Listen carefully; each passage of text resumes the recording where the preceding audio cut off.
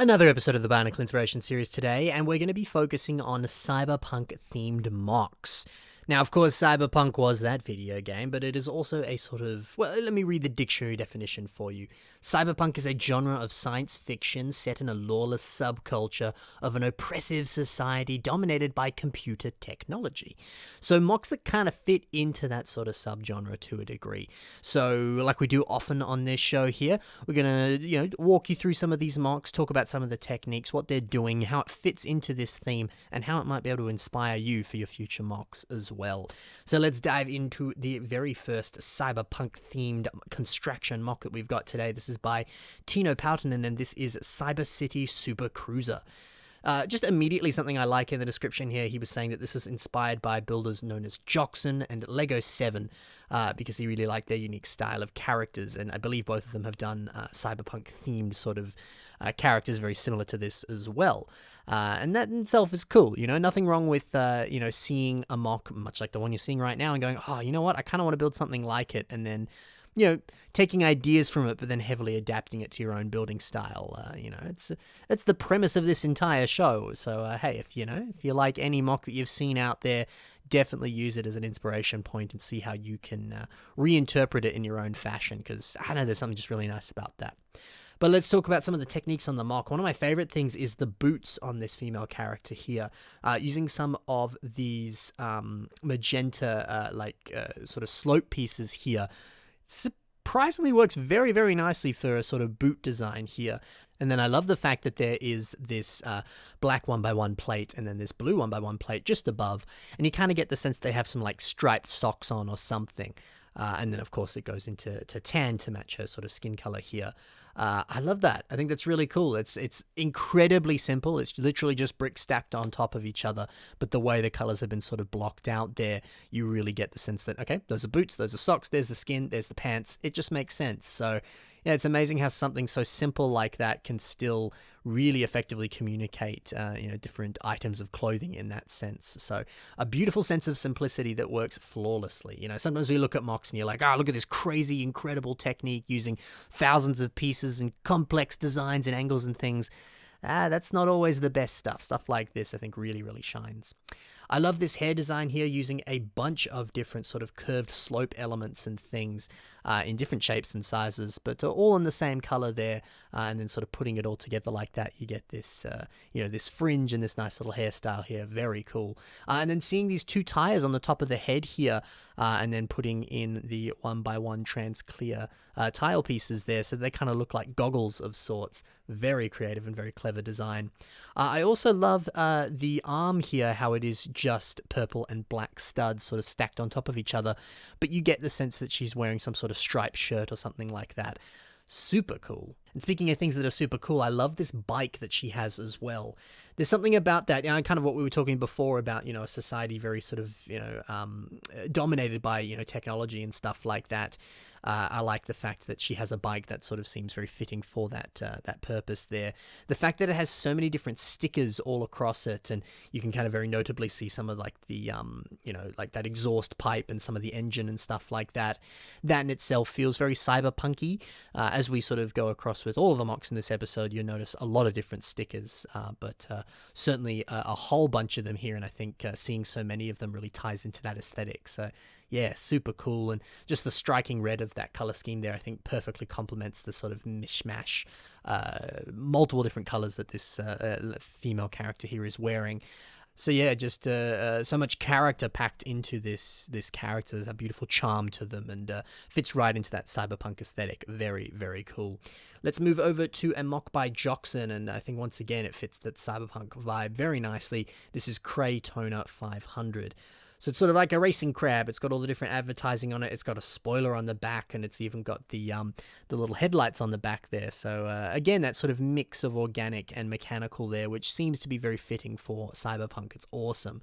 And like I said, a lot of different stickers as well, which perfectly fits in there. Very nice. I do love the mix of the blue and the sort of pinky purple here. I believe that is magenta. And there's something about those two colors combined like that I think perfectly sums up Cyberpunk. I mean, that's what we saw on the color scheme of the lady from before.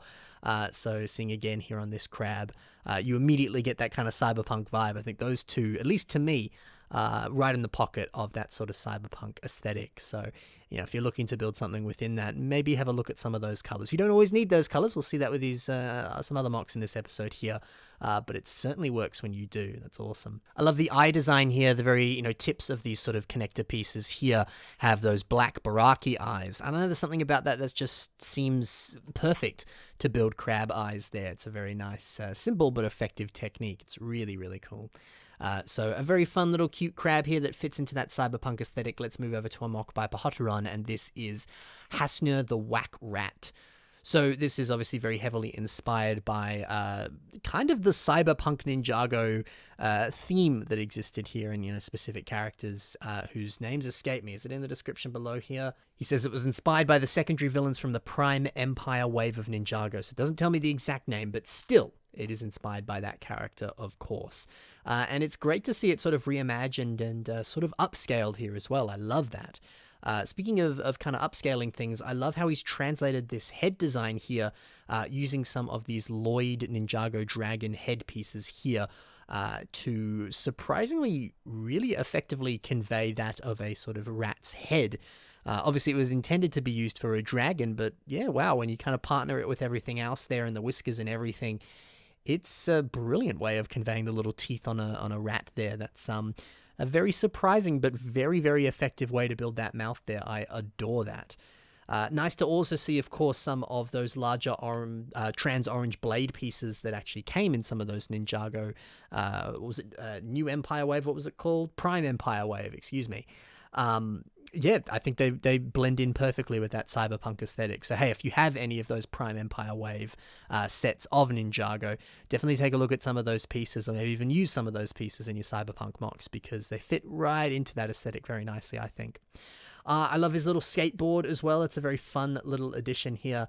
And even some of the little accessories on his belt and stuff like that. That's very fun. And we can see some Knights Kingdom armor pieces being used here to sort of armor him up and stuff like that. Of course, Knights Kingdom being one of the sort of very old construction waves of sets there. And those pieces just work perfectly with your construction Bionicle-esque mocks. So very, very cool to see. So yeah, no, I love this. And also seeing the health bar here, which of course was an addition to the original minifigure, but seeing it sort of upscaled here looks very nice. And that's kind of a cool idea. Maybe you could give any of your mocks a health bar or a boss bar or whatever you want to refer to it as. It's just a fun addition, that's for sure. So love that. Let's move over to the final mock now. This is another mock by Joxon, but man, it just worked so perfectly for this Cyberpunk episode. This is Vanter Black. I adore the head design on this mock. You can see the little sort of peak of what appears to be the sort of chin of a face, and then this sort of helmet over the top of it here. And I think that really fits into that cyberpunk vibe, because, it's that sort of integration of, organic with that mechanical over the top. There's something about the way the head design has been designed here that makes it look like a VR headset of sorts, which I think, that in itself is very cyberpunky to a degree. So I like that, whether it is a VR headset, I don't think it actually is. I see it more as some sort of some sort of futuristic sort of night vision goggles, or some sort of, mercenary helmet of sorts. I don't know, but whatever it is, it's cool. And the little inclusion of that triangular sticker there, I think, is the perfect kind of finishing touch for it. It's just it's a beautiful looking head design there. I love this interesting pop of yellow here on the side, just by, swapping out one of those Hero Factory armor pieces there for a yellow one, and then slapping some stickers over the top of it. I love that. I love that. There's something about it that feels a little bit more sort of industrial, or some sort of caution symbol or something. It's very mechanical in that sense. I think it works well for Cyberpunk. What I also like too is the fact that all of the different Hero Factory sort of smooth textures here, there's something about it that feels almost kind of like leather, or like a more sort of human attire. But at the same time, I look at it and I go, it could very easily also be sort of more technologically based, and that this is sort of metal on a robot or something. And I love that it's kind of difficult to, discern the two in that sense. You can't necessarily tell what is clothing or what is more robotic. And again, I think that fits perfectly with that cyberpunk aesthetic. Like the definition said before, it's the oppression of society dominated by computer technology, and the fact that you can't tell what's human and you can't tell what's robotic is right in the vein of sci-fi and right in the vein of cyberpunk in that sense. So I adore that. That's Joxon for you. He knows what he's doing. He's one of the best out there in the community, and the way he's playing with textures there, I think is very, very cool. Love all the different weapons that this character has as well. There's something about it that, like the description here on Flickr says, she moves like a knife. You really get the sense that they're this very skilled mercenary that's very good at their job and stuff like that. So seeing them with all these different weapons as well is very fitting. So yeah, very, very cool mock by Joxon, and perfectly fits in with that cyberpunk vibe. Very, very cool. So that's it for some cyberpunk mocks. Hopefully I gave you a few ideas if you want to build something cyberpunk related, or hey, maybe some of these ideas can easily be translated to some other mock you might be making right now.